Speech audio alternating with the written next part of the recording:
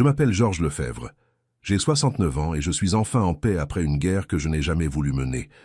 En tant qu'ancien chef de dépôt à la SNCF, je pensais avoir bâti un héritage pour mon fils Sébastien et sa femme Élodie.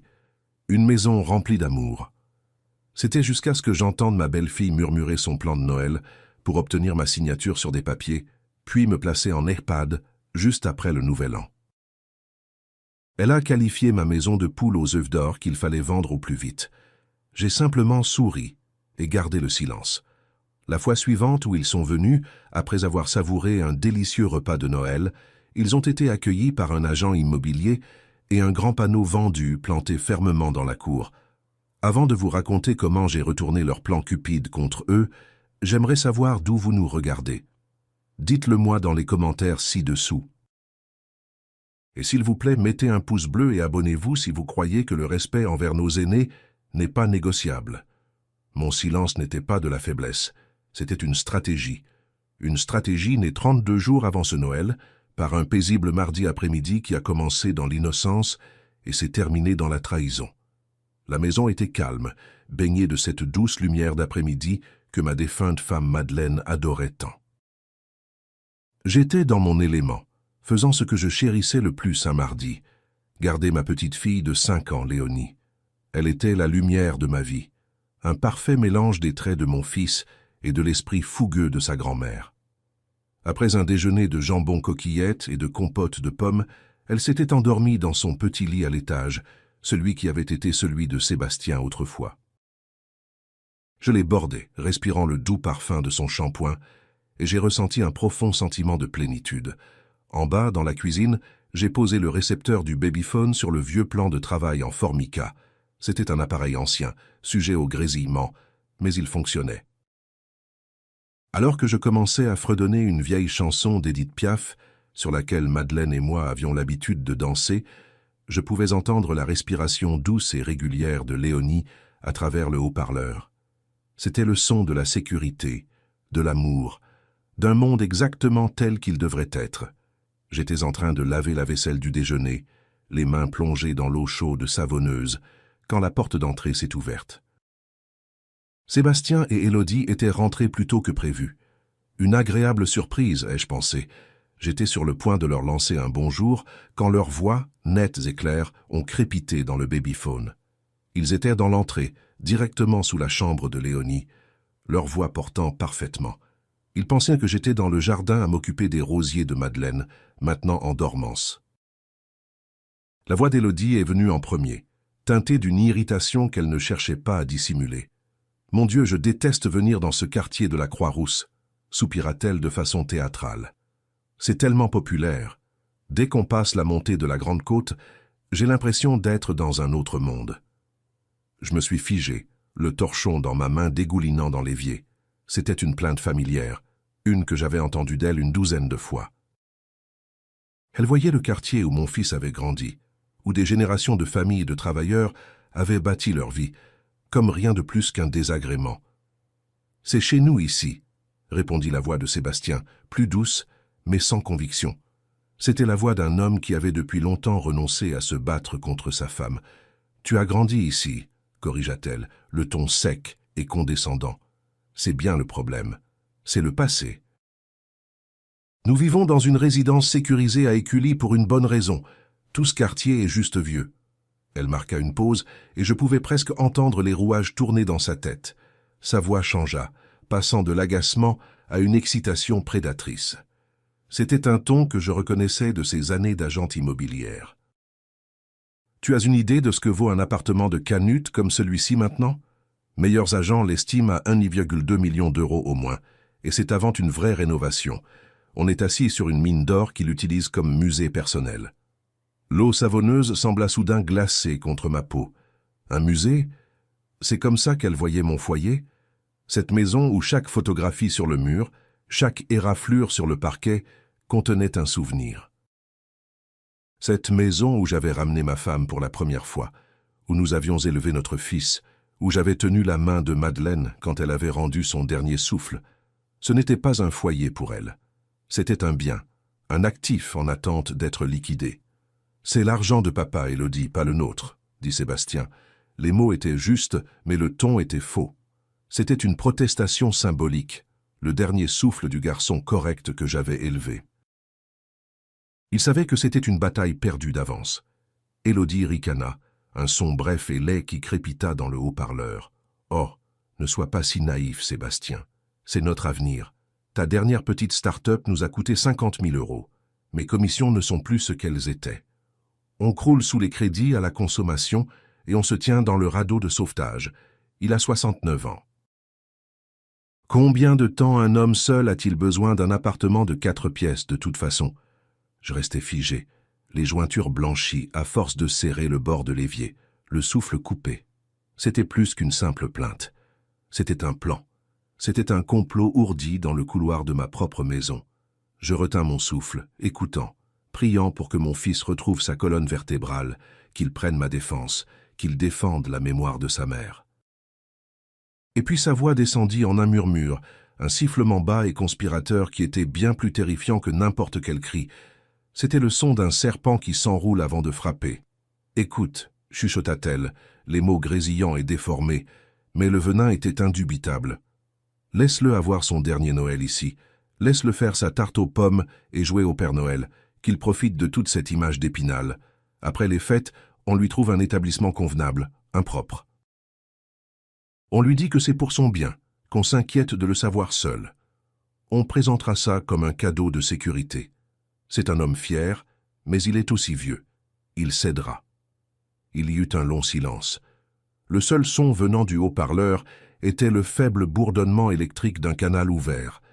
Dans ce silence, j'entendis la trahison de mon fils aussi clairement que s'il l'avait hurlé. Les secondes s'étirèrent, chacune une petite mort. Il pesait son père contre la cupidité de sa femme, et je savais déjà de quel côté pencherait la balance. Finalement, sa voix vint. C'était à peine un murmure, un fantôme de son, lourd d'une résignation qui me brisa le cœur. « D'accord, » souffla-t-il. « D'accord, Élodie, mais laisse-moi lui parler moi-même. » L'assiette que je tenais glissa de mes doigts engourdis. Elle ne se brisa pas. Elle atterrit dans l'eau savonneuse, avec un bruit sourd qui fit écho au bruit sourd dans ma poitrine. Le monde autour de moi sembla s'effacer. La lumière du soleil, le ronronnement du réfrigérateur, l'odeur de cannelle dans l'air, tout disparut. Mon univers se réduisit au crépitement du haut-parleur et au fait froid et dur du consentement de mon fils. Il me croyait vieux. Il me croyait une relique d'une époque révolue. Il croyait que je céderais. À ce moment-là, debout au-dessus d'un évier de vaisselle sale, un calme profond et glacé m'envahit. La douleur était là, une fissure tectonique profonde dans mon âme, mais quelque chose d'autre émergea de cette fissure. C'était une résolution tranquille et inébranlable. L'homme contre lequel il complotait, le père doux et le grand-père aimant, avait disparu. À sa place se tenait un homme qu'il n'avait jamais rencontré, un homme qui ne se laisserait pas effacer, un stratège. Mon premier geste fut de terminer lentement, délibérément la vaisselle, en fredonnant cette vieille chanson de Piaf, comme si je n'avais pas entendu un seul mot accablant. Ce même soir, après que Sébastien et Élodie eurent ramené Léonie chez eux, la maison tomba dans un silence profond. C'était un silence différent de celui d'avant. Il était plus lourd, plus froid, rempli des fantômes des mots que j'avais surpris. Je ne pouvais pas dormir.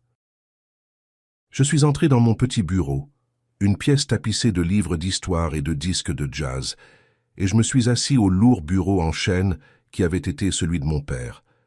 D'un tiroir verrouillé au fond, j'ai sorti un vieux registre relié en cuir. La couverture était douce et usée par des décennies d'utilisation. Ce cahier était censé suivre les dépenses et réparations de la maison, mais au fil des ans, il était devenu autre chose. Il était devenu le registre officieux de ma vie de père. Je l'ai ouvert, l'odeur du vieux papier et de l'encre montant à ma rencontre. J'ai tourné les pages détaillant les remboursements d'emprunts et les nouveaux chauffe-eau jusqu'à atteindre une page vierge. J'ai pris un stylo plume lourd, celui que je réservais aux signatures importantes, et je l'ai débouché. Ma main était parfaitement stable. Je n'étais plus un père pleurant une trahison. J'étais un comptable et il était temps de vérifier les comptes. La première entrée à laquelle j'ai pensé datait d'il y a des années. Le souvenir était aussi clair qu'une photographie. J'étais assis à ce même bureau, et Sébastien, tout juste sorti de son école de commerce, était assis dans le fauteuil en face de moi. Il avait 22 ans et l'excitation du diplôme s'était déjà estompée, remplacée par la réalité écrasante de son relevé de prêt étudiant. 40 000 €. C'était une somme considérable, une ancre attachée à lui avant même que sa vie n'ait pris le large. Je me souviens de l'expression sur son visage, un mélange de peur et de honte. Il ne pouvait même pas croiser mon regard. Il fixait simplement le papier dans ses mains, comme si c'était un verdict. Ma femme Madeleine était encore avec moi à l'époque. Nous avions nos propres rêves pour la retraite, un voyage pour voir les pyramides, peut-être une croisière dans les fjords de Norvège. Nous avions un bas de laine que nous avions soigneusement constitué pendant 30 ans, témoignage d'une vie de discipline et d'épargne. Nous avons vu la peur dans les yeux de notre fils. Et sans une seconde d'hésitation, nous avons fait un choix. Je me souviens avoir pris la facture de sa main et avoir dit « Ton avenir est le seul investissement qui compte, fiston. Ta mère et moi allons nous en occuper. » Il a levé les yeux, écarquillé par un soulagement si profond qu'il ressemblait à de la douleur. « Papa, je ne peux pas vous laisser faire ça, » dit-il, la voix chargée d'émotion. J'ai juste souri. C'est déjà fait. Le lendemain, j'ai signé le chèque qui a vidé une part importante de nos économies de toute une vie. Ça m'a fait du bien. C'était juste. C'était l'acte d'un père qui sécurisait l'avenir de son fils. Dans le registre, sous le titre « Investissement », j'ai écrit « Études de Sébastien » et à côté le chiffre 40 000. J'ai tourné la page du registre. Les années ont défilé. Madeleine nous a quittés, laissant un trou dans mon cœur et dans cette maison qui ne pourrait jamais être comblée. Sébastien a rencontré Élodie. Au début, j'étais heureux pour lui, mais ensuite les demandes ont commencé. Elles étaient subtiles au début, puis elles sont devenues des attentes. Je me souviens du jour où ils sont venus annoncer leur fiançailles. Ils étaient si enthousiastes, parlant d'un avenir dans un appartement moderne avec vue sur la presqu'île. Le problème, c'était l'apport, 80 000 €. C'était une somme tellement au-delà de leurs moyens que c'en était risible. Mais ils ne riaient pas. Élodie parlait le plus, ses mots fluides et répétés. Elle appelait ça un investissement stratégique dans leur avenir, une façon de construire un patrimoine. Elle faisait comme si c'était eux qui me faisaient une faveur en me permettant de participer. Sébastien était juste assis là, hochant la tête, un sourire plein d'espoir sur le visage. J'ai regardé mon fils et j'ai vu un garçon qui voulait offrir à la femme qu'il aimait le monde entier, même si cela signifiait utiliser toute la retraite de son père comme levier. J'ai dit oui. J'ai vendu une partie de mon portefeuille d'actions, ces mêmes actions sur lesquelles je comptais vivre, et j'ai signé un autre chèque. Dans le registre, j'ai écrit « Appartement de Sébastien et Élodie » et à côté, le chiffre 80 000. Ce n'était que le début. Cela a ouvert les vannes. Sébastien, encouragé par la conviction d'Élodie qu'il était un génie incompris, a décidé qu'il était entrepreneur. D'abord, ce fut un service de livraison de café artisanal. C'est comme Uber, mais pour la caféine, papa. Ça ne peut pas échouer. Cela a fait 30 000 € pour une machine à expresso professionnelle et une camionnette floquée. Ça a échoué en 6 mois. Ensuite est venue la pâtisserie bio pour chiens, inspirée par leur nouveau bulldog français de race. Les gens dans cette ville dépensent plus pour leurs chiens que pour leurs enfants, papa. C'est une mine d'or. Cela a fait 25 000 € de plus pour du matériel de pâtisserie et des ingrédients biologiques. La mine d'or a fait faillite en moins d'1 an. À chaque fois, le discours était le même. Sébastien exposait le plan d'affaires bancal avec un enthousiasme débordant. Et Élodie était assise à côté de lui, hochant la tête avec encouragement, ponctuant de mots à la mode comme « disruption du marché » et « scalabilité ». Il faisait passer la dette pour une aventure. À chaque fois, j'ai cédé. Comment aurais-je pu dire non? Comment aurais-je pu être celui qui se met en travers des rêves de mon fils? J'étais son père. C'était mon rôle de croire en lui, surtout quand personne d'autre ne le ferait. Ma main a parcouru la page, mon stylo grattant dans la pièce silencieuse. Camionnette café, 30 000. Biscuits pour chiens, 25 000. Gadgets connectés, encore 20 000. Les chiffres s'empilaient, chacun un monument à mon propre aveuglement volontaire. J'ai posé le stylo. La page était pleine. Une colonne de dates, de descriptions et de chiffres. Mon écriture était nette, presque clinique, comme si j'enregistrais les dépenses d'un étranger. J'ai attrapé la vieille calculatrice sur mon bureau, son panneau solaire recouvert d'une fine couche de poussière. J'ai commencé à taper. Le clic doux des touches en plastique était le seul son dans la pièce. 40 000 plus 80 000 plus 30 000 plus 25 000 plus 20 000. Je me suis arrêté, le doigt suspendu au-dessus de la touche égale.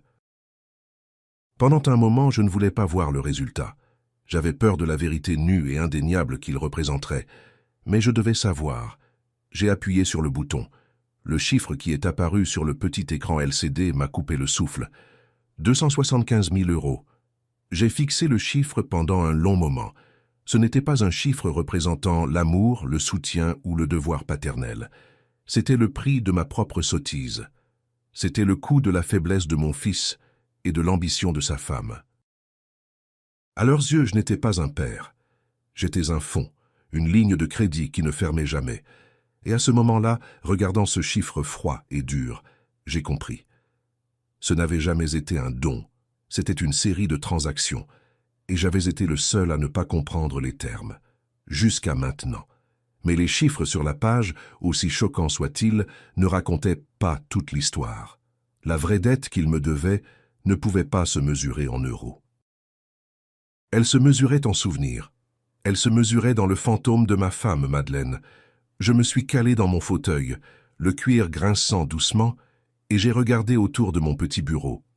Mon regard s'est posé sur une photographie fanée au mur, une photo de Madeleine et moi, tous deux âgés d'une petite trentaine, debout sur le seuil de cet appartement. Nous étions couverts de taches de peinture, épuisés, mais rayonnants de bonheur. La banque avait à peine approuvé notre prêt. Nos familles nous disaient que nous étions fous. Le quartier de la Croix-Rousse était considéré comme rude à l'époque, et le vieil appartement de Canute était dans un état proche de la ruine. Les fenêtres laissaient passer les courants d'air, la plomberie était un désastre, et une famille de souris avait élu domicile dans les combles. Mais Madeleine voyait au-delà de la décrépitude. Elle avait une vision. Elle a traversé les pièces poussiéreuses et négligées, et a vu non pas ce qu'elles étaient, mais ce qu'elles pouvaient devenir. Elle voyait un foyer, et parce qu'elle le voyait, je le voyais aussi. Nous avons passé chaque week-end et chaque soirée pendant 2 ans à redonner vie à cet endroit. Je me souviens de l'odeur de sueur et de peinture fraîche, une odeur qui pour moi sera toujours celle de l'espoir. Je me souviens de nous arrachant l'horrible papier peint taché d'humidité de la salle à manger pour découvrir en dessous de magnifiques briques d'origine. Madeleine a applaudi de joie, ses yeux pétillants d'une façon qui me faisait toujours mal au cœur d'amour. C'est elle qui a choisi la couleur bleu profond pour les murs de notre chambre, disant que ça lui rappelait le ciel du soir. J'ai posé le parquet du salon moi-même, lame après lame, mes genoux hurlant de protestation, tandis qu'elle chantait avec la radio et m'approvisionnait en citronnade. Cet appartement n'était pas quelque chose que nous avions acheté, c'était quelque chose que nous avions bâti, un témoignage vivant de notre union. Chaque lame de parquet que j'ai poncée, chaque mur qu'elle a peint, était un vers dans le long poème d'amour de notre mariage. C'est ici que nous avons ramené Sébastien de la maternité, un petit paquet gigotant enveloppé dans une couverture bleue. C'est ici que nous avons marqué sa taille sur un chambranle de porte année après année. C'est ici que nous avons célébré les anniversaires et les fêtes, où nous avons pleuré la perte de nos parents, et où, à la fin, j'ai tenu ma belle Madeleine dans mes bras pour la toute dernière fois, dans cette même chambre aux murs bleus profonds. Cet appartement n'était pas juste une structure de briques et de bois, c'était le dépositaire de toute ma vie. Élodie n'a jamais vu rien de tout cela. Dès le moment où Sébastien l'a amenée pour me la présenter, elle a regardé cet appartement non pas comme un foyer, mais comme un projet avec des défauts. Elle a traversé ses pièces avec l'œil critique d'une marchande de biens, son regard s'attardant sur ce qu'elle considérait comme des imperfections. J'ai essayé de l'ignorer au début, mettant cela sur le compte d'une différence de goût, d'un fossé générationnel. Mais ces commentaires n'étaient pas de simples observations désinvoltes, c'étaient des attaques petites et stratégiques contre l'âme même de ce foyer, contre la mémoire de ma femme. Je me souviens d'un déjeuner dominical il y a environ 1 an. Nous étions assis dans la salle à manger et Élodie fixait le papier peint fleuri, un motif joyeux de roses et de lierre que Madeleine avait choisi. « Vous savez, Georges, dit-elle en tapotant son ongle parfaitement manucuré sur la table, une simple couche de peinture gris minimaliste ici moderniserait vraiment l'espace. Ce motif fleuri est un peu déprimant, vous ne trouvez pas? Je me souviens de ma fourchette se figeant à mi-chemin de ma bouche. Déprimant. Ce papier peint était la toile de fond de chaque repas de famille heureux que nous ayons jamais partagé. J'ai regardé Sébastien, m'attendant à ce qu'il dise quelque chose, mais il s'est juste affairé avec son assiette, refusant de croiser mon regard. « Ta belle-mère adorait ce papier peint, » ai-je dit calmement. « Il reste. » Élodie s'est contentée de sourire, un petit sourire crispé, et n'a rien dit de plus, mais le message était clair. Le goût de Madeleine était dépassé. Une autre fois, elle se tenait près de la fenêtre du fond, regardant le jardin de Madeleine, un mélange amoureusement chaotique de rosiers grimpants, de lavande et de tournesol. « On pourrait bétonner tout ça, » annonça-t-elle comme frappée d'une idée brillante. « Imaginez une terrasse moderne en pierre, un brasero, de beaux meubles d'extérieur, ce serait parfait pour recevoir. » Elle voulait couler du béton sur la terre même que les mains de ma femme avaient nourrie pendant 30 ans. Elle balayait les fleurs que Madeleine aimait comme si c'étaient des mauvaises herbes. Mais le pire fut la conversation au sujet de la cheminée. Elle est garnie de photographies, une chronologie de notre famille. Ma photo de mariage avec Madeleine, Sébastien, petit garçon édenté, le premier anniversaire de Léonie.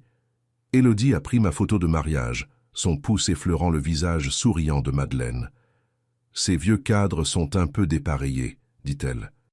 « On devrait faire des portraits professionnels de moi, Sébastien et Léonie. Un bel ensemble cohérent. Ça moderniserait vraiment la pièce. » J'ai compris alors ce qu'elle faisait. C'était une campagne systématique pour effacer Madeleine, pour dépouiller la maison de son histoire et de son cœur, pour la transformer en un bien immobilier générique et vendable, dépourvu de toute signification personnelle. Chaque suggestion était une petite pelle creusant les fondations de ma vie, essayant de faciliter l'oubli pour Sébastien que ce n'était pas juste un appartement. C'était l'héritage de sa mère. C'était mon sanctuaire.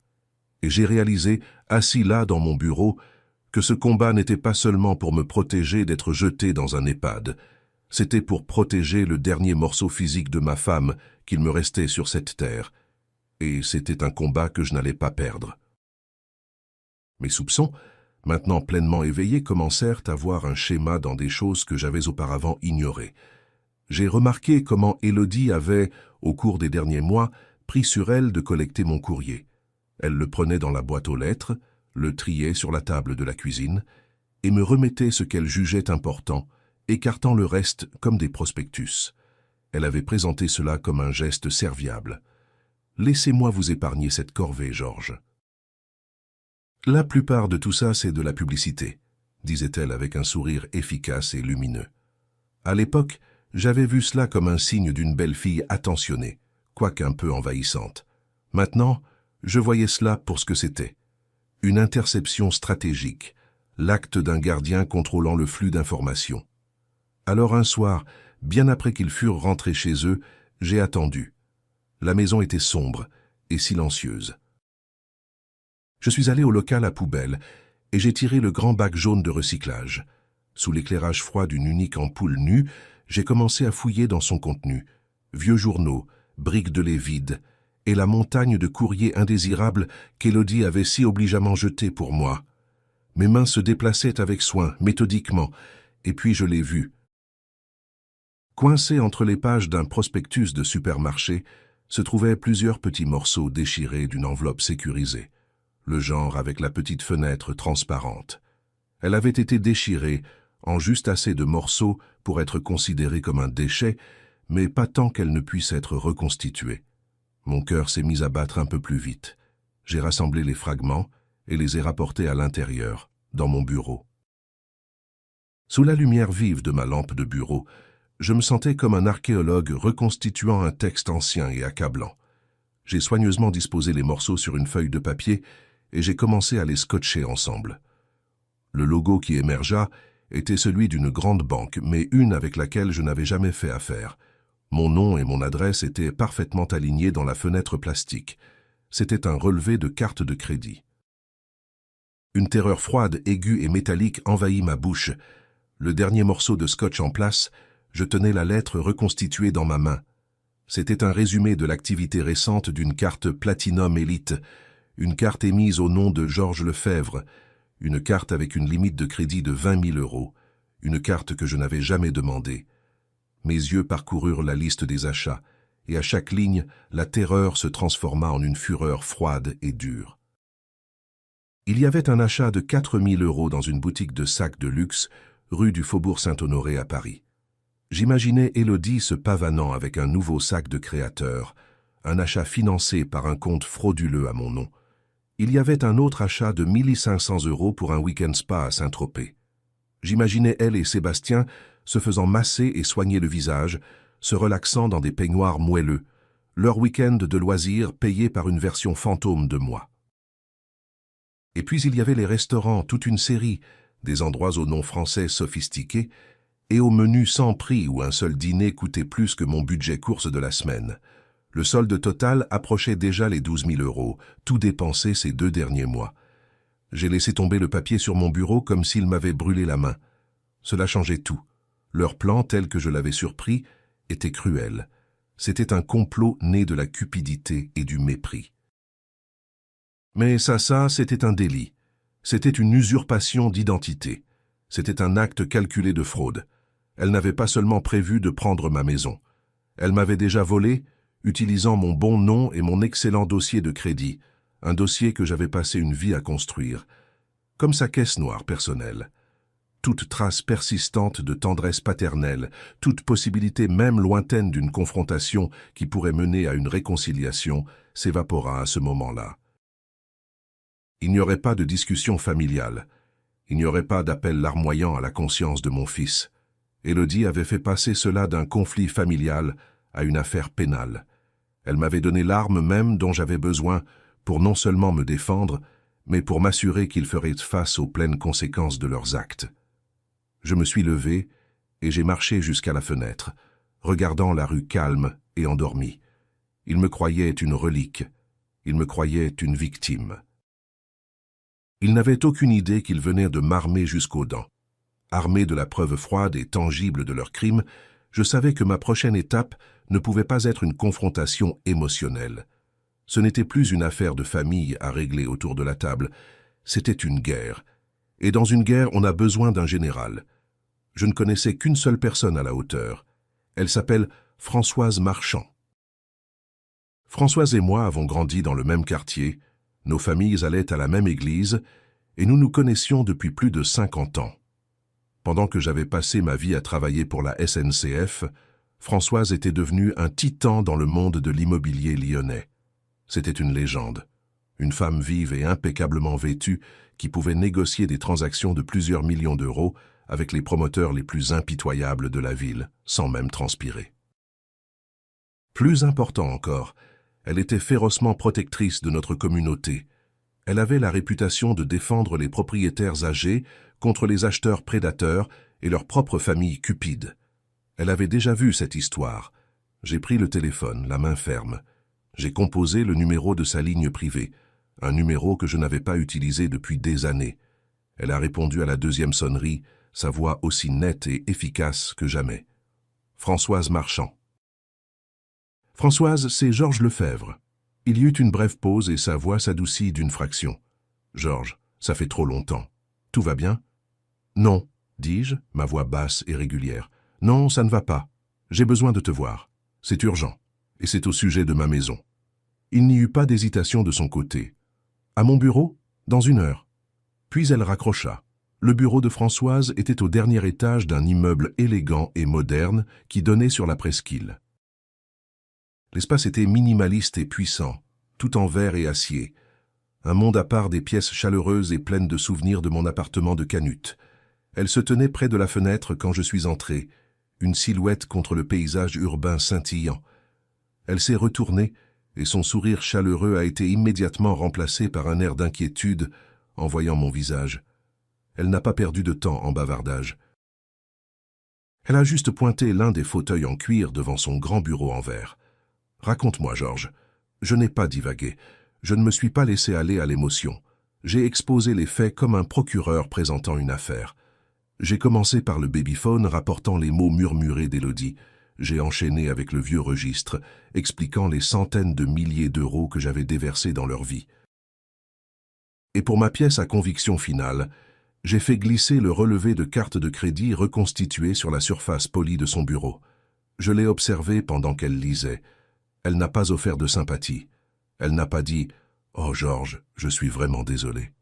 Son visage s'est durci, sa mâchoire s'est crispée, et un air de colère froide et professionnelle s'est installé dans ses yeux.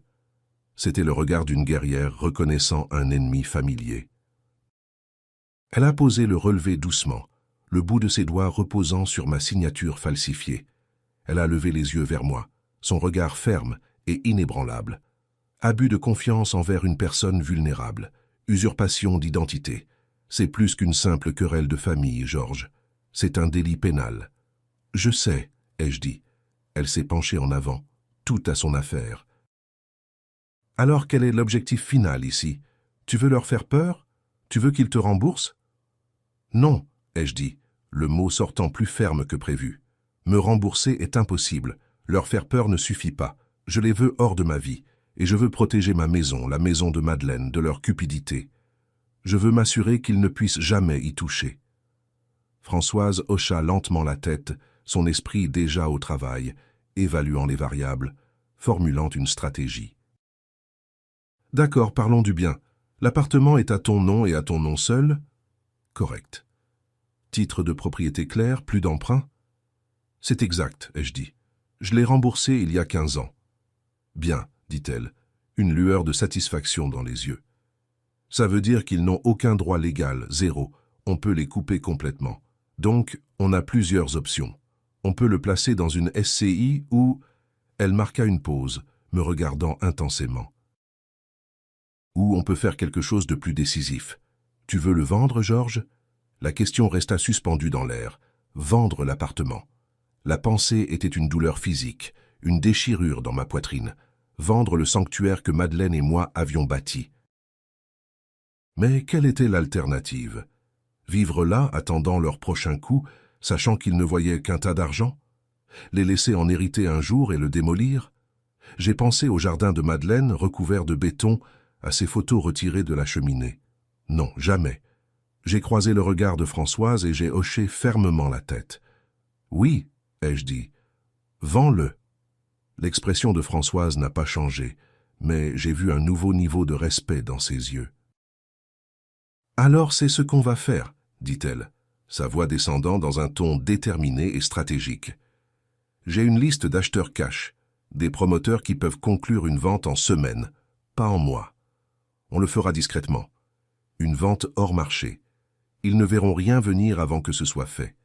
Georges, dit-elle, se penchant sur le bureau, sa voix une promesse basse et puissante. Ils ont fait l'erreur de te prendre pour une victime. On va leur apprendre que tu es un roi et une forteresse, et qu'ils viennent d'en être définitivement exclus. J'ai quitté le bureau de Françoise avec une clarté que je n'avais pas ressentie depuis des années. Le brouillard du chagrin et de la trahison avait disparu, remplacé par les lignes nettes et précises d'un plan de bataille. Françoise était mon général, mais j'étais le soldat sur le terrain. Et ma première mission était de rassembler des preuves irréfutables, un enregistrement visuel de leur traîtrise que personne, ni un avocat, ni un juge, et certainement pas mon fils, ne pourrait jamais nier. Mon premier arrêt ne fut pas une quincaillerie ni un cabinet d'avocats, mais un magasin d'électronique moderne et bien éclairé dans lequel je n'avais jamais mis les pieds. Je me sentais comme un homme hors du temps, entouré d'adolescents regardant des drones et des casques. Mais j'étais en mission. Je suis passé devant les grandes télévisions et les ordinateurs portables et je suis allé directement au rayon sécurité. J'ai passé près d'1 heure à lire les boîtes et à poser des questions à un jeune vendeur serviable. Je ne voulais pas d'un gros système voyant. J'avais besoin de subtilité. J'avais besoin d'yeux là où il ne s'y attendrait jamais. Je suis sorti de ce magasin avec 3 petites caméras haute définition, toutes connectées en Wi-Fi et déguisées en objets ménagers ordinaires. L'une était une horloge digitale que je prévoyais de placer sur la cheminée du salon. Une autre était un chargeur de téléphone USB, parfait pour la prise murale juste à côté de mon bureau. La dernière, et ma préférée, était un simple cadre photo noir. Ce soir-là, après que le monde se fut endormi, je suis devenu un espion dans ma propre maison. Mes mouvements étaient lents et délibérés. J'ai remplacé la vieille horloge sur la cheminée par la nouvelle, l'orientant juste comme il fallait pour avoir une vue large de toute la pièce. Dans mon bureau, j'ai échangé le vieux chargeur de téléphone contre la nouvelle caméra, son minuscule objectif parfaitement positionné pour voir mon bureau et mon ordinateur portable. Finalement, j'ai pris une photo récente de Léonie, une belle image d'elle riant dans le parc, et je l'ai placée dans le nouveau cadre photo. Je l'ai posée au coin de mon bureau, un hommage aimant à ma petite fille qui servirait aussi de témoin silencieux. De retour dans ma chambre, j'ai connecté les caméras à ma tablette. Les flux vidéo se sont allumés, et soudain j'avais une vue secrète, quasi divine, des pièces les plus importantes de ma maison. J'ai ressenti un étrange pincement de tristesse amère. J'en étais arrivé là, à installer de la surveillance dans la maison que j'avais bâtie avec Madeleine. Mais cette tristesse fut rapidement supplantée par un sens froid et aiguisé de la détermination. Je n'étais plus une victime passive. J'étais un chasseur et je posais mon piège. Le piège avait besoin d'un appât. Je savais qu'Élodie était opportuniste. Elle ne pourrait pas résister à une chance de mettre la main sur plus de mon argent, surtout si elle pensait que c'était facile. L'opportunité parfaite arriva dans le courrier 2 jours plus tard, cachée dans une pile de ce qu'elle aurait appelé des prospectus. C'était une lettre de ma banque, une lettre d'apparence très officielle avec une pré-approbation pour un prêt hypothécaire. C'était une lettre marketing standard, mais le chiffre imprimé en gras n'avait rien de standard. Il offrait une ligne de crédit allant jusqu'à 120 000 €. C'était un chiffre conçu pour faire écarquiller les yeux, un montant tentant, capable de changer une vie. Je ne l'ai pas ouverte, je l'ai laissée scellée. Le mardi suivant, avant que Sébastien et Élodie n'arrivent pour déposer Léonie, j'ai soigneusement placé la lettre sur la petite pile de factures sur mon bureau. Je ne l'ai pas mise sur le dessus. Je l'ai glissée au milieu, partiellement cachée par une facture d'électricité et un catalogue.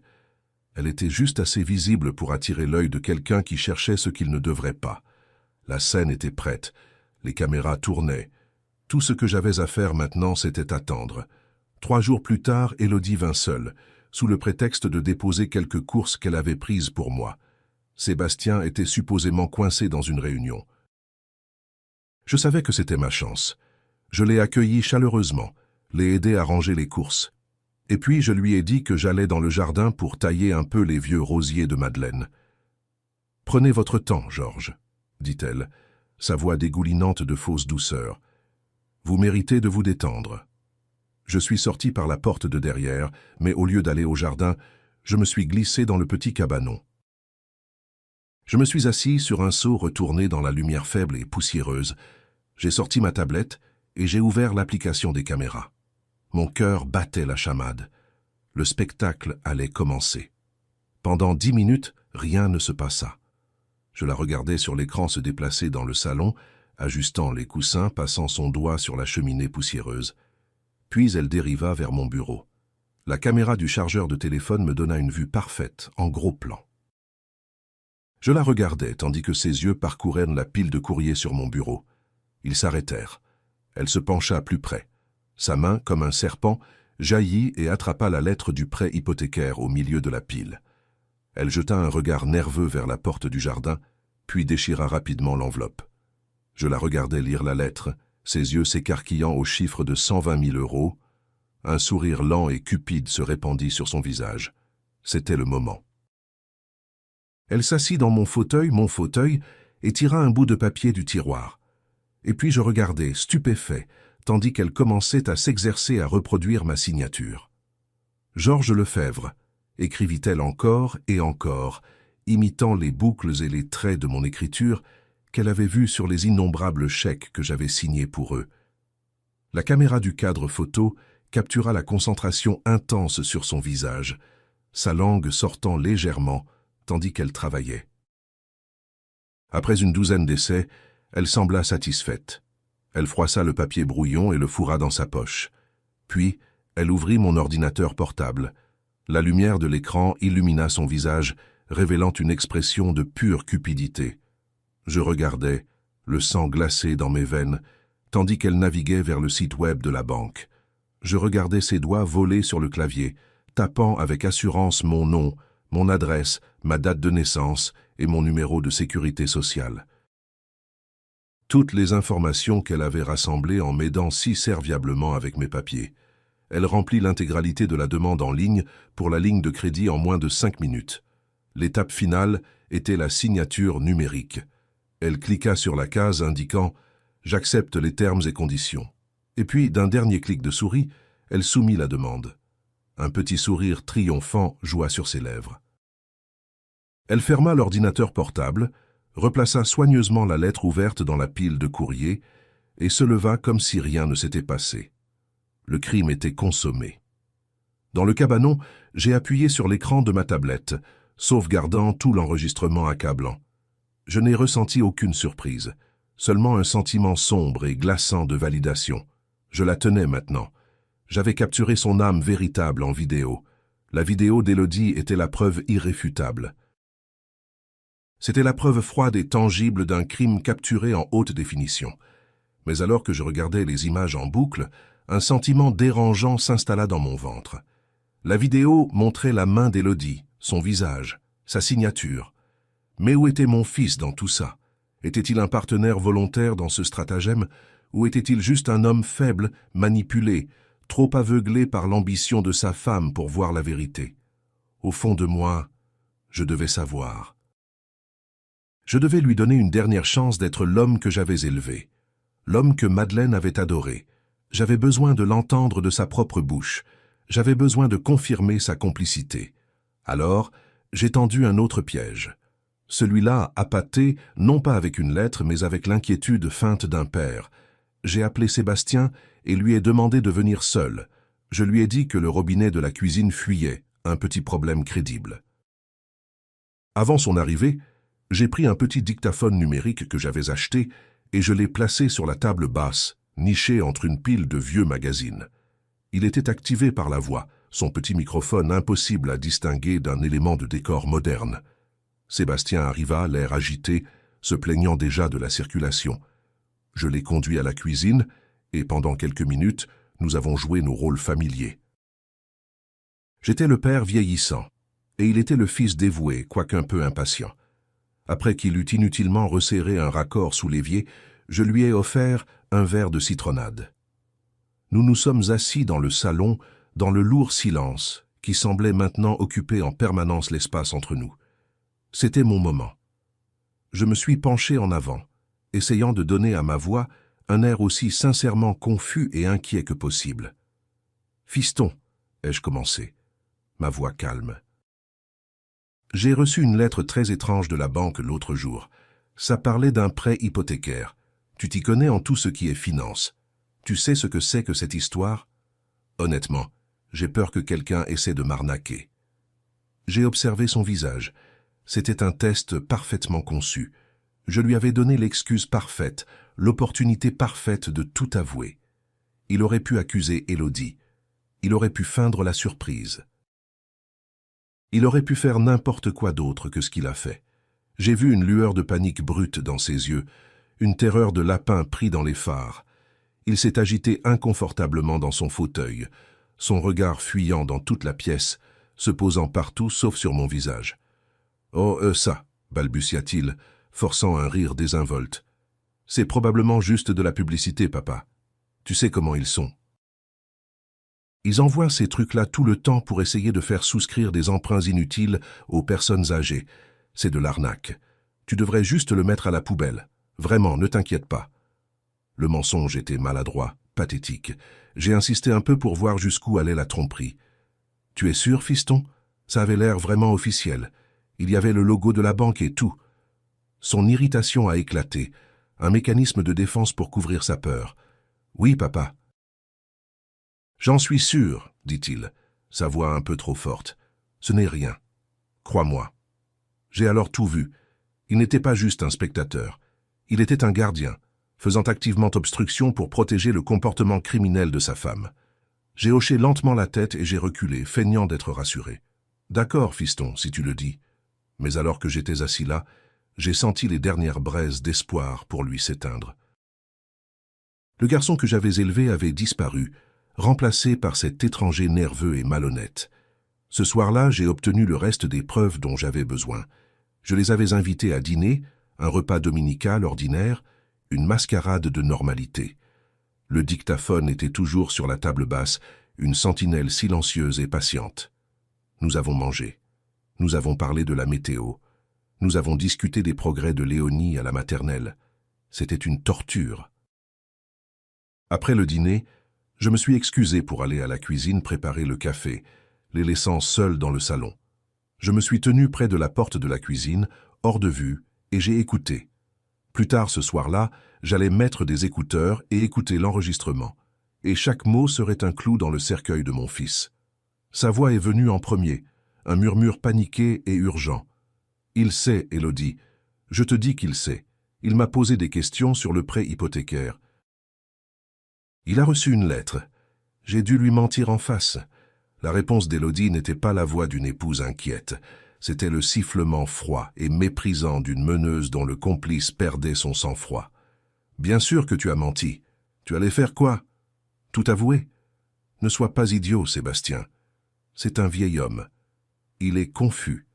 Il a probablement déjà oublié. Tu es paranoïaque. » « J'avais pas l'impression qu'il allait oublier, » insista Sébastien, sa voix tremblant légèrement. La façon dont il m'a regardé. Et s'il appelait la banque? Et s'il découvrait ce que tu as fait? Et puis vint l'aveu d'Élodie. Un murmure rempli d'une telle arrogance et d'un tel mépris qu'il me glaça le sang. Et alors s'il appelle? J'ai rempli la demande. L'argent sera sur un compte en ligne qu'il ne connaît pas d'ici la semaine prochaine.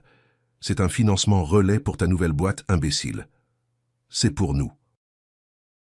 Une fois qu'on aura vendu l'appartement, on remboursera et ni vu ni connu. C'est juste déplacer de l'argent. Tu dois te faire pousser une colonne vertébrale et t'en tenir au plan. C'est un plan brillant. Il y eut une longue pause. C'était le moment. C'était la dernière chance de Sébastien, dans l'intimité d'une conversation avec sa femme, de retrouver sa boussole morale. Il aurait pu dire « c'est mal ». Il aurait pu dire « on doit arrêter ». Il n'a fait ni l'un ni l'autre. Sa voix, quand elle est venue, était vidée de toute conviction, l'écho creux d'un homme. « D'accord », soupira-t-il, un son de reddition complète et totale. « D'accord, Élodie, mais si ça tourne mal, si jamais il découvre, ce sera de ta faute. » Il ne s'inquiétait pas du crime. Il s'inquiétait juste de se faire prendre. Dans l'obscurité de mon bureau, écoutant la voix de mon fils à travers les écouteurs, j'ai ressenti une tristesse profonde et désolée. Il n'avait pas seulement été complice. Il avait été un lâche. Il avait échangé son père contre un fantasme, son intégrité contre une demande de prêt. J'ai sauvegardé le fichier audio, l'étiquetant simplement « la conspiration ». J'avais maintenant tout, la vidéo du crime et l'audio de la dissimulation. Le procès, me suis-je dit, allait être très très court. Avec la vidéo d'Élodie et l'audio du consentement lâche de Sébastien sauvegardé et dupliqué, la phase de collecte de preuves de mon plan était complète. La balle était maintenant dans le camp de Françoise. Pendant les 2 semaines suivantes, j'ai vécu une double vie. Pour mon fils et sa femme, j'étais le même vieux Georges. Je gardais Léonie. Je répondais à leurs appels. Je feignais l'ignorance sur les finances. Je jouais le rôle du père vieillissant. Il s'attendait à ce que je sois un homme béatement inconscient de la tempête, sur le point de s'abattre sur sa tête. Mais en réalité, chaque moment de calme était passé à coordonner avec mon général. Nous parlions en code, utilisant des téléphones prépayés achetés en espèces. La phase finale de notre plan devait se dérouler juste avant Noël, et nous devions en finaliser les détails. Nous nous sommes rencontrés une dernière fois, pas à son bureau, mais dans un petit café tranquille, dans une partie de la ville où il n'irait jamais. On aurait dit une scène de film d'espionnage. 2 vieux amis penchés sur des tasses de café noir, planifiant le renversement pacifique d'un régime corrompu. Françoise, toujours l'image du calme professionnel, portait un fin porte-document en cuir. Elle est allée droit au but. « C'est fait », dit-elle, sa voix un murmure bas et régulier qui ne porterait pas à la table voisine. Elle ouvrit le porte-document et fit glisser une seule feuille de papier vers moi. C'était un acte de vente. L'acheteur est un groupe de promotion immobilière, Aster Investissement. Ils ont payé comptant, 1,2 million d'euros. Le virement a été effectué ce matin. L'argent est maintenant sur un nouveau compte d'assurance vie auquel toi seul peux accéder.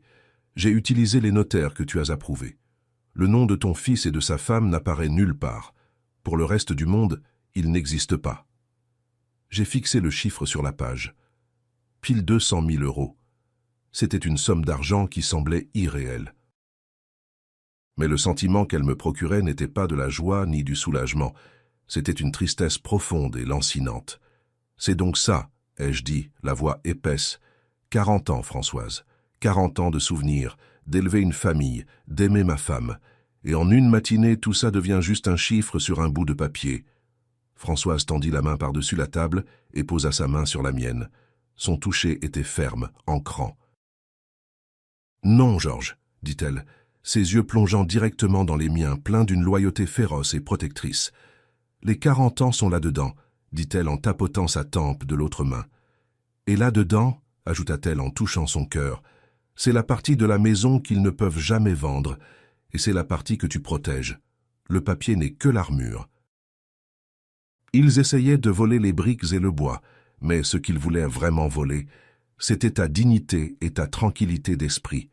Tu viens de t'assurer qu'ils ne peuvent avoir ni l'une ni l'autre. J'ai pris une profonde inspiration, ces mots me stabilisant. Elle avait raison, ce n'était pas une fin, c'était une libération.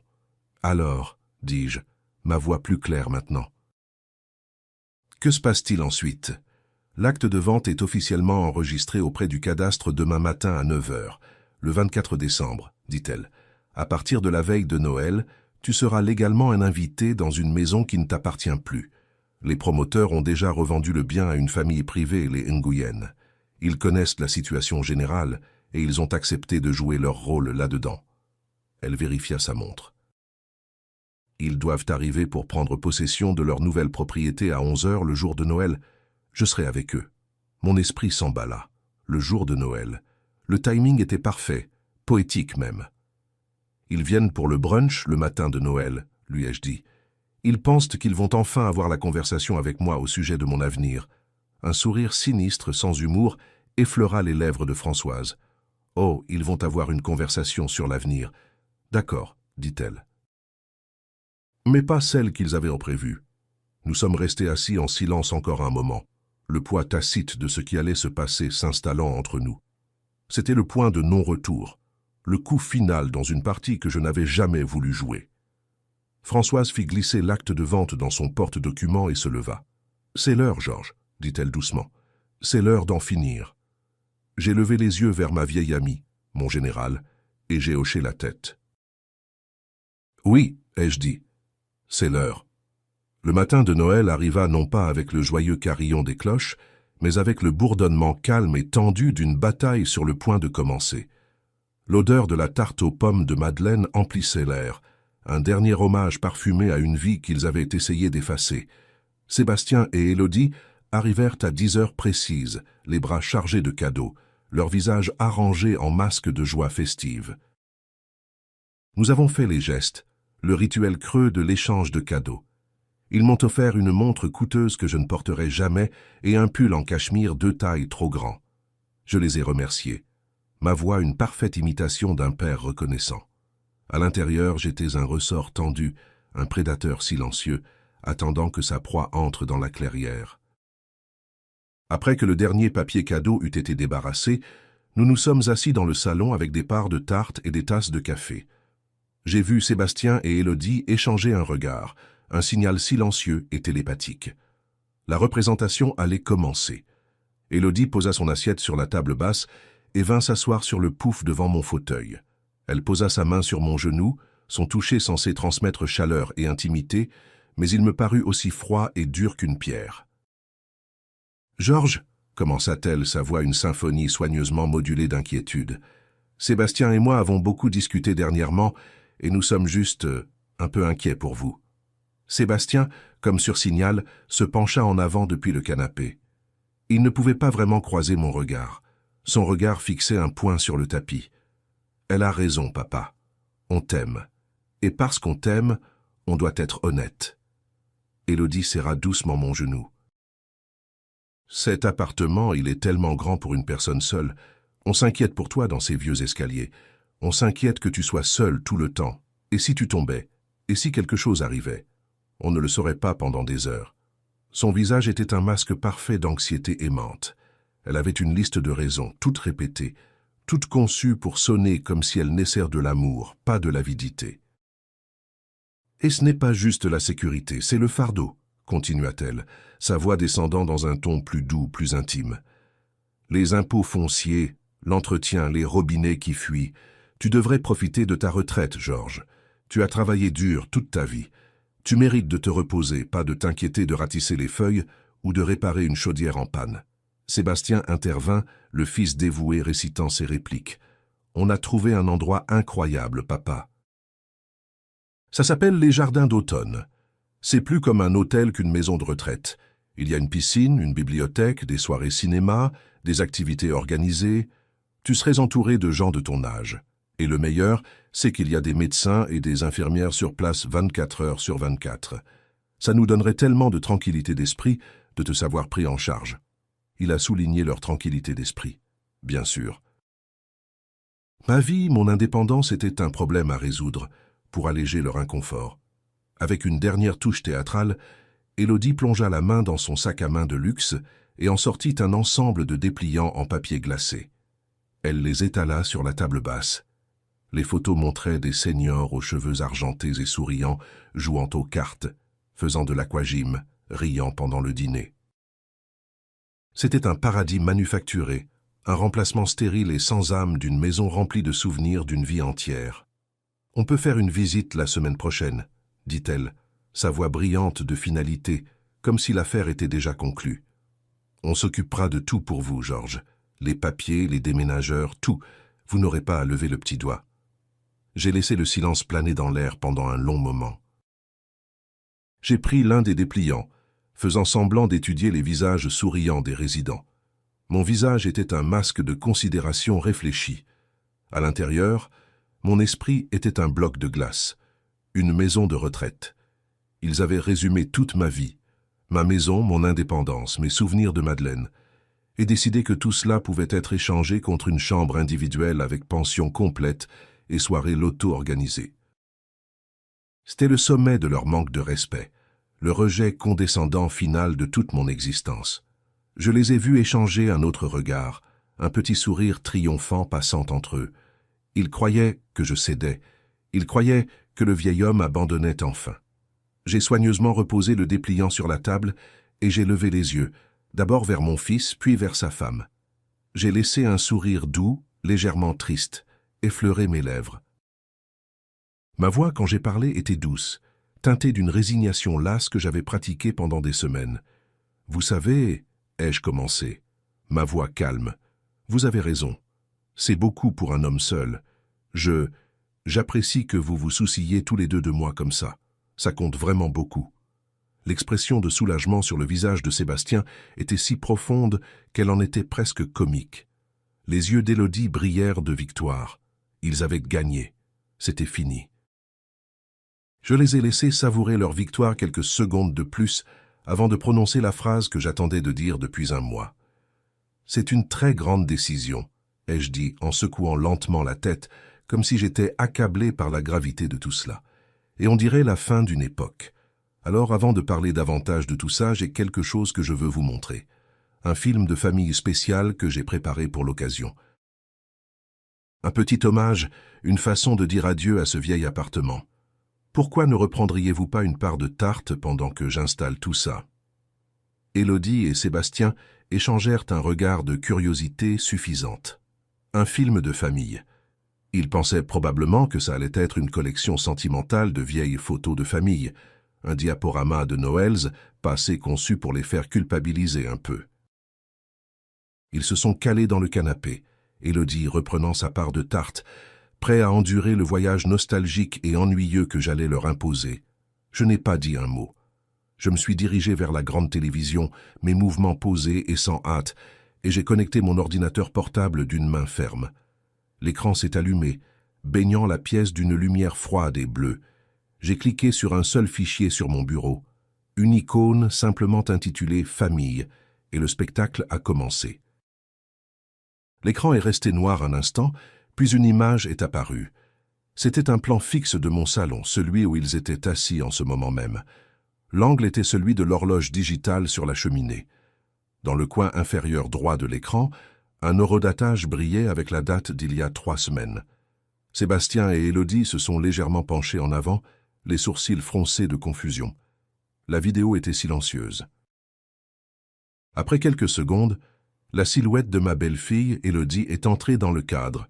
Elle se déplaçait avec une rapidité furtive, jetant un regard par-dessus son épaule vers la porte du jardin. Puis elle a disparu du plan vers mon bureau. La scène a immédiatement coupé vers un nouvel angle. Celui-ci était serré, intime, montrant mon bureau en parfaite clarté accusatrice. C'était la vue depuis le chargeur USB. Élodie est apparue dans le cadre et s'est assise dans mon fauteuil. Pendant un moment, l'Élodie à l'écran ressemblait presque trait pour trait à l'Élodie sur mon canapé, qui était maintenant figée, une fourchette de tarte à mi-chemin de sa bouche. La version vidéo d'Élodie parcourut le courrier sur mon bureau, ses yeux se fixant sur la lettre du prêt hypothécaire. J'ai regardé mon propre fils se tourner pour regarder sa femme, une horreur muette et interrogative se dessinant sur son visage. À l'écran, Élodie déchira l'enveloppe. La caméra était si claire qu'on pouvait presque lire le texte de la lettre, tandis qu'elle le parcourait. Ses yeux se sont écarquillés et un sourire lent et laid de pure cupidité s'est répandu sur son visage. Et puis est venue la partie qui m'a glacé le sang une fois de plus. Elle a ouvert le tiroir de mon bureau et en a sorti un bout de papier brouillon et un stylo. Avec une concentration intense, elle a commencé à s'exercer à reproduire ma signature. « Georges Lefebvre », écrivit-elle encore et encore. La caméra a capturé chaque détail, chaque tentative ratée qu'elle froissait à chaque fois, qu'elle tenait la signature falsifiée à la lumière pour la comparer avec une vraie sur un autre document. Elle ne la copiait pas simplement. Elle l'étudiait, l'apprenait, dévorant mon identité. Dans le salon, un petit son étranglé s'échappa de la gorge d'Élodie. La fourchette tomba bruyamment de sa main sur l'assiette.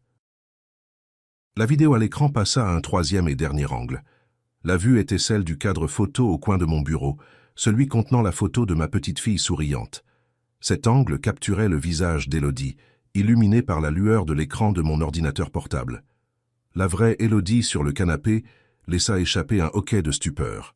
À l'écran, elle ouvrit mon ordinateur portable et commença à taper avec une assurance terrifiante. J'ai narré la scène d'une voix basse et calme, comme si j'étais un documentariste. D'abord, elle navigue vers le site web de la banque, dis-je, ma voix coupant à travers le silence de la pièce. Puis elle tape mes informations personnelles, mon numéro de sécurité sociale, ma date de naissance, le nom de jeune fille de ma mère, toutes les informations qu'elle a rassemblées en organisant si serviablement mes dossiers pour moi. J'ai regardé le visage de Sébastien s'effondrer. La vérité le frappait comme un coup physique. À l'écran, les doigts d'Élodie volaient sur le clavier, tandis qu'elle remplissait la demande en ligne. Chaque champ était complété, chaque case était cochée, et puis vint le moment final du crime. La demande demandait une signature numérique. Élodie cliqua calmement sur la case acceptant les termes et conditions en mon nom.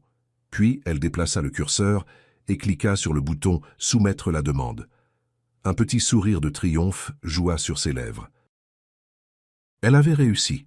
Elle avait volé 120 000 € de la valeur de ma maison et elle croyait s'en être tirée. La vidéo se termina et l'écran devint noir. Mais le spectacle n'était pas terminé. L'acte final était uniquement audio. Dans la pièce sombre et silencieuse, un nouveau son commença à jouer à travers les haut-parleurs de la télévision. C'était un enregistrement, légèrement étouffé, capturant une conversation privée murmurée. La voix de mon fils vint en premier, chargée de panique. « Elle sait, Élodie. Je te dis qu'il sait. Il m'a posé des questions sur le prêt hypothécaire. Il a reçu une lettre. J'ai dû lui mentir en face. La voix d'Élodie suivit, cinglante et pleine de mépris. Bien sûr que tu as menti. Tu allais faire quoi? Tout avouer? Ne sois pas idiot, Sébastien. C'est un vieil homme. Il est confus. Il a probablement déjà oublié. Tu es paranoïaque. J'avais pas l'impression qu'il allait oublier, insista la voix enregistrée de Sébastien, tremblant légèrement. Et s'il appelait la banque? Et s'il découvrait ce que tu as fait? Et puis vint l'aveu complet et arrogant d'Élodie, ses mots murmurés emplissant le salon comme un gaz toxique. Et alors, s'il appelle? J'ai rempli la demande. L'argent sera sur un compte en ligne qu'il ne connaît pas d'ici la semaine prochaine. C'est un financement relais pour ta nouvelle boîte, imbécile. C'est pour nous. Une fois qu'on aura vendu l'appartement, on remboursera, et ni vu, ni connu. C'est juste déplacer de l'argent. Tu dois te faire pousser une colonne vertébrale et t'en tenir au plan. C'est un plan brillant. Il y eut une longue et terrible pause dans l'enregistrement. Et puis vinrent les derniers mots, ceux qui avaient scellé le sort de mon fils. Sa voix, un murmure creux de reddition. D'accord, d'accord, Élodie. Mais si ça tourne mal, si jamais il découvre, ce sera de ta faute. Le fichier audio prit fin. L'écran resta noir. Le seul son dans la pièce était le bourdonnement sourd de l'électronique de la télévision. Le silence était absolu, plus lourd et plus accablant que n'importe quel cri. J'ai lentement tendu la main et allumé une petite lampe de table. Dans sa lueur douce, j'ai vu leur visage. Celui d'Élodie était un masque de pure terreur primitive. Sa bouche était ouverte, mais aucun mot n'en sortait. Elle était un animal pris au piège, fixant le visage du chasseur. Sébastien ne la regardait pas. Il ne regardait pas la télévision. Il me fixait, son visage blanc comme un linge. Le mensonge avait disparu. La représentation était terminée. Et dans ses yeux, j'ai vu la ruine pathétique et écroulée de l'homme qu'il aurait pu être. Le silence qui suivit l'enregistrement était une chose vivante. Il emplissait la pièce, les étouffant dans la vérité de ce qu'ils avaient fait. Le visage d'Élodie était un désordre chaotique de rage et de panique. Son masque soigneusement construit de civilité s'était brisé en 1 million de morceaux. Sébastien était un fantôme, pâle et tremblant, ses yeux fixés sur moi avec un regard de pur désespoir agonisant. Il avait été pris et il savait qu'il n'y avait pas d'échappatoire. Et puis un son coupa à travers la tension suffocante, aussi net et clair que le marteau d'un juge. La sonnette retentit. Élodie et Sébastien sursautèrent tous les deux au son. Moi, cependant, je l'attendais. « Je vais ouvrir, dis-je, ma voix calme tandis que je me levais de mon fauteuil. Je me suis dirigé vers la porte d'entrée, mes pas réguliers et sans hâte. Quand je l'ai ouverte, Françoise Marchand se tenait sur mon palier, aussi puissante et élégante qu'une reine dans son tailleur ajusté et impeccable. À côté d'elle se tenait un couple d'âge moyen sympathique qui me regardait avec des yeux bienveillants et compatissants. « Françoise, monsieur et madame Nguyen, dis-je en ouvrant la porte plus grand. Entrez, je vous en prie, votre timing est parfait. » Ils entrèrent dans le vestibule. Les yeux de Françoise balayèrent la scène dans le salon, prenant note de la fureur terrifiée d'Élodie et de la forme brisée de Sébastien. Son visage était un masque de professionnalisme froid. « Qu'est-ce que c'est que ça ?» Sébastien réussit finalement à balbutier, sa voix à peine un murmure. « Qui sont ces gens, papa ?» Élodie retrouva sa voix, un son rauque et grinçant. « Qu'est-ce qui se passe, Georges ?» Françoise s'avança, prenant le contrôle de la pièce. Elle ne me regarda pas. Elle s'adressa directement à Sébastien et Élodie, son ton poli, mais teinté de l'autorité froide de quelqu'un qui détient toutes les cartes. « Monsieur Lefebvre, Madame Lefebvre, je m'appelle Françoise Marchand, et voici Monsieur et Madame Nguyen. Je crois que vous êtes dans leur appartement. » La déclaration resta suspendue dans l'air un moment, si audacieuse et impossible qu'elle ne sembla pas s'enregistrer. Élodie fut la première à réagir, laissant échapper un rire court et hystérique. « Leur appartement ? Mais de quoi parlez-vous ? C'est l'appartement de Georges, c'est la maison de famille. » Françoise ne discuta pas, elle n'éleva pas la voix. Elle ouvrit simplement le porte-documents en cuir qu'elle portait et en sortit une épaisse liasse de documents maintenus ensemble par un trombone. « Plus maintenant, dit-elle, sa voix coupant à travers l'hystérie d'Élodie comme du verre. La vente a été finalisée hier matin à 9 heures. Le titre de propriété a été officiellement transféré. Le bien appartient désormais légalement à mes clients, monsieur et madame Nguyen. J'ai ici des copies de l'acte et de l'attestation de vente, tous enregistrés au cadastre. Elle s'avança et posa les documents sur la table basse devant eux. « Je crains, dit-elle, sa voix dénuée de toute sympathie, que vous ne soyez en situation d'intrusion. » Sébastien fixa les documents légaux comme si c'était un serpent venimeux. Ses mains tremblaient tellement qu'il ne pouvait même pas les atteindre. Élodie se contenta de fixer, son esprit refusant de traiter l'information. Tandis qu'ils étaient figés dans l'incrédulité, Françoise fit un petit signe de tête presque imperceptible à M. Nguyen. Il s'excusa discrètement et sortit par la porte d'entrée. Un instant plus tard, un son métallique et net vint de la cour. Un toc, toc, toc rythmique. La tête d'Élodie pivota vers la grande baie vitrée. Et puis elle le vit. Monsieur Nguyen se tenait sur la pelouse, utilisant un petit maillet pour enfoncer les pieds d'un grand panneau rouge et blanc dans la terre meuble. Un seul mot brutal était imprimé dessus en grosses lettres noires, « Vendu ». Ce fut le moment où Élodie craqua définitivement. La vue de ce panneau, la finalité commerciale et vulgaire de tout cela, brisa le dernier reste de sa contenance. Un cri brut et guttural s'arracha de sa gorge. « Non !» hurla-t-elle en bondissant sur ses pieds. « Non, vous ne pouvez pas. Il ne peut pas faire ça. » Elle se tourna pour me faire face, son visage déformé en un masque de pure rage. Toute prétention de belle-fille aimante disparut à jamais. « Il n'est pas capable de prendre des décisions. On va vous attaquer en justice. On va tous vous attaquer en justice. » Elle pointa un doigt tremblant vers moi, ses yeux fous de haine. « Espèce de vieux fou sénile, tu as tout gâché. » Je n'ai pas bronché. Je suis juste resté là et j'ai regardé le spectacle, la dernière crise désespérée d'une voleuse frustrée. Son âme laide et vraie était enfin exposée aux yeux de tous. Et face à son hystérie, mon silence était la réponse la plus puissante de toutes. La tirade d'Élodie emplit la pièce, un torrent d'insultes laides et de menaces désespérées. Elle me traitait de fou, de monstre, de vieux sénile qui avait ruiné sa vie. Elle était si consumée par sa propre rage, si perdue dans l'enfer de sa cupidité contrariée, qu'elle n'entendit même pas le son qui mit fin soudainement et dramatiquement à sa représentation. Un coup sec et ferme à la porte d'entrée. Le son était si officiel, si autoritaire qu'il coupa net à travers ses hurlements. Elle s'arrêta au milieu d'une insulte, la bouche béante. Sébastien, qui avait l'air d'avoir rétréci de moitié, tressaillit comme si le son était un coup de feu. Je restais parfaitement immobile. Françoise, toujours aussi professionnelle, marcha calmement vers la porte et l'ouvrit. 2 hommes se tenaient sur le palier. Ils n'étaient pas en uniforme. Ils portaient des costumes sobres et se tenaient avec un air indubitable d'autorité.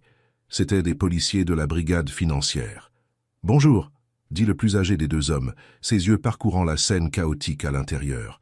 « Nous cherchons un monsieur Georges Lefebvre. » Je me suis avancé, mon cœur battant un rythme lent et régulier. « Je suis Georges Lefebvre. » L'officier hocha la tête, son regard s'attardant un moment sur le visage terrifié d'Élodie et la posture brisée de Sébastien avant de revenir vers moi. « Monsieur, je suis le commandant Morel. Nous avons reçu la plainte que vous avez déposée en ligne hier soir concernant une potentielle fraude bancaire et usurpation d'identité. Nous sommes ici pour recueillir votre déposition officielle. » Le visage d'Élodie, qui était rouge de rage, devint couleur de craie. Le mot « fraude » prononcé à voix haute par un officier de police en sa présence rendit la situation terriblement réelle. Toute combativité sembla la quitter, remplacée par une peur animale et primitive. Sébastien ferma simplement les yeux, comme s'il espérait qu'en les rouvrant, tout cela n'aurait été qu'un terrible cauchemar. Le commandant Morel me regarda, attendant. Je n'avais pas besoin de lui faire une longue déclaration décousue. Mes preuves s'étaient préparées. Mon dossier était déjà constitué. Je me suis dirigé vers la petite table où se trouvait mon ordinateur portable et j'ai calmement débranché une petite clé USB noire. Je l'ai tenue dans ma paume un moment. Elle semblait impossiblement petite pour contenir tant de trahisons, tant de preuves de leur crime. Je me suis approché de l'officier et je la lui ai tendue. Commandant, dis-je, ma voix claire et ferme sans trace de colère ni de triomphe, je crois que vous trouverez tout ce dont vous avez besoin sur cette clé. Il y a des images vidéo en haute définition de la fraude en train d'être commise et il y a un enregistrement audio clair de la conspiration ultérieure pour dissimuler cette fraude. Le commandant Morel prit la clé USB de ma main, son expression indéchiffrable. Il regarda du petit morceau de plastique dans sa main aux deux personnes qui étaient maintenant ses principaux suspects. Il fit un petit signe de tête à son collègue. Le second officier s'avança. « Sébastien Lefebvre, Élodie Lefebvre, dit-il, sa voix ne laissant aucune place à la discussion. Vous devez nous accompagner au commissariat pour répondre à quelques questions. » Ce fut alors que les derniers vestiges de la défiance d'Élodie s'effondrèrent. « Non, gémit-elle, de vraies larmes coulant maintenant sur son visage. Vous ne comprenez pas. C'est lui, c'est un vieux fou. Il essaie de nous piéger. » L'officier ignora sa protestation, prenant son bras d'une poigne ferme mais douce. Son collègue fit de même avec Sébastien, qui n'offrit aucune résistance. Il était complètement vaincu, une marionnette dont on avait coupé les fils. Alors que l'officier le menait vers la porte, mon fils, mon unique enfant, me regarda une dernière fois. Ses yeux étaient écarquillés, suppliants, remplis de l'incrédulité terrifiée d'un petit garçon qui avait finalement été pris. « Papa, murmura-t-il, sa voix se brisant. « Papa, s'il te plaît. » J'ai regardé mon fils, le garçon que j'avais élevé dans cette maison même, le garçon que j'avais aimé plus que ma propre vie. Et j'ai ressenti non pas de la haine, mais une tristesse profonde, immense et déchirante. C'était la fin du chemin. Il n'y avait plus de chèques à signer, plus de secondes chances à donner. Il n'y avait que la vérité. J'ai passé ma vie entière à te donner tout ce dont je pensais que tu avais besoin, fiston, dis-je, ma voix calme, mais portant à travers la pièce silencieuse. Un foyer, une éducation, un filet de sécurité pour chaque fois que tu tombais. Mais je vois maintenant que j'ai échoué à te donner la seule chose qui compte vraiment, une colonne vertébrale. Il tressaillit comme si je l'avais frappé. Ceci est ta dernière leçon. C'est ce qui arrive quand on confond la bonté avec la faiblesse. C'est la conséquence de tes choix. Je me suis approché d'un pas et mes derniers mots étaient pour lui seul. Tu avais déjà un foyer, Sébastien. Toi et ta femme avez choisi une prison à la place. Adieu, mon fils. Les officiers les ont emmenés dehors. La porte s'est refermée derrière eux avec un clic doux et final, et la guerre était terminée. C'était il y a 3 mois. La porte d'entrée de mon ancien appartement s'est refermée ce jour-là sur un chapitre de ma vie, sur une version de ma famille qui n'existe plus. Je n'habite plus dans cet appartement. Je vis maintenant dans un appartement moderne, au 20e étage, avec un mur de fenêtres qui donne sur les toits de Lyon. C'est plus petit, plus épuré, et il n'a pas un seul fantôme. Le silence ici n'est pas lourd de trahisons non dites. C'est un silence paisible, choisi, rempli seulement du son des disques de jazz que je passe le soir et du doux bourdonnement de la ville en contrebas. Le 1,2 million d'euros de la vente est en sécurité. Ce n'est pas pour une vie de luxe, c'est pour une vie de paix. Une part importante est maintenant placée dans une assurance-vie irrévocable pour ma petite fille Léonie.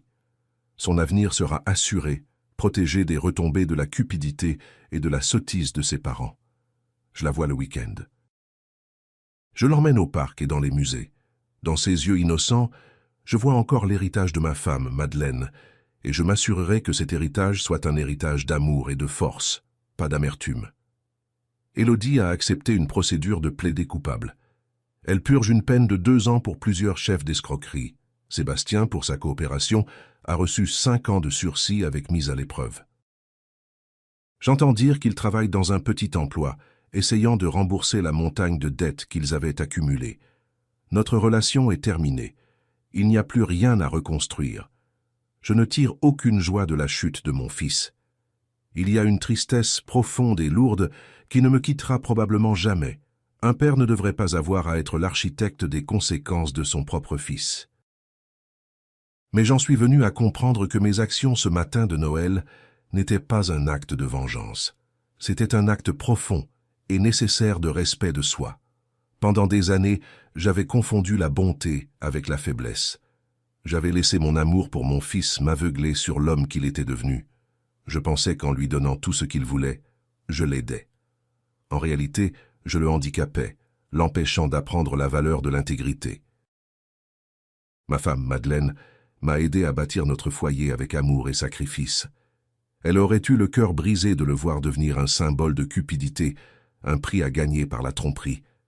En vendant l'appartement, je ne protégeais pas seulement un bien, je protégeais sa mémoire. J'honorais la vie que nous avions construite en refusant de la laisser être démantelée par des gens qui n'en comprenaient pas la vraie valeur. J'ai appris que la vraie force ne réside pas dans ce que vous pouvez donner à vos enfants. C'est leur apprendre la valeur de gagner les choses par eux-mêmes. Et j'ai appris que parfois, la seule façon de protéger la vie que vous avez construite est d'être prêt à lâcher le bâtiment lui-même. J'ai 69 ans, et pour la première fois depuis très longtemps, je suis vraiment libre. La leçon la plus dure que j'ai apprise est que l'amour inconditionnel ne doit jamais exiger un manque de respect inconditionnel. Pendant trop longtemps, j'ai cru que mon rôle de père était de fournir un filet de sécurité. Mais j'ai réalisé qu'un filet de sécurité sans limite n'est qu'un piège qui permet les mauvais comportements. La vraie force n'est pas seulement de donner, c'est de reconnaître sa propre valeur et d'exiger le respect que l'on mérite. Protéger sa paix et son héritage n'est pas un acte d'égoïsme. C'est l'acte ultime de préservation de soi. C'est une leçon qui est arrivée tard dans ma vie, mais c'est une leçon qui m'a enfin libéré.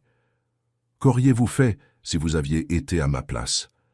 Dites-le moi dans les commentaires, et si cette histoire vous a touché, n'oubliez pas de vous abonner à Homme de Parole pour plus d'histoires qui donnent à réfléchir. À bientôt.